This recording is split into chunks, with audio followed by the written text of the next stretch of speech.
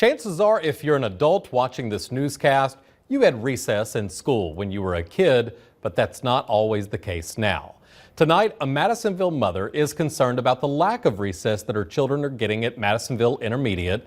She recently started a petition and tonight presented her concerns to the school board. News 3's Whitney Miller has her story.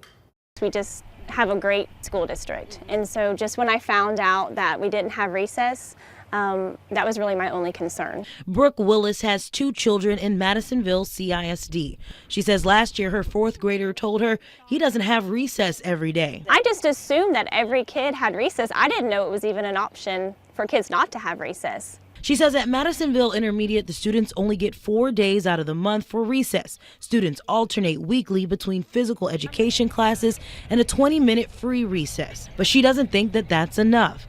So she created a petition that so far has nearly 300 signatures. I think mentally and physically they're getting out and getting the necessary break that they need. That gives them a break from that testing that they sit there all day. The district says while they are within the state guidelines of physical activity, they are spending a lot of their time focusing on academic accountability.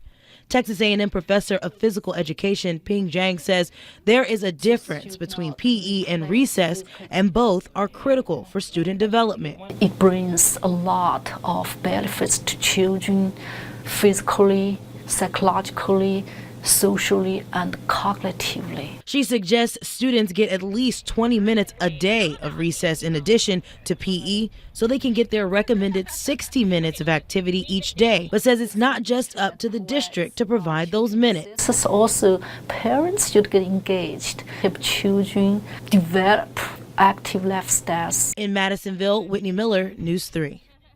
Again, tonight, that petition was presented to the school board, but no decision was made. However, the superintendent says they will look into those additions this summer when they're creating the master schedule.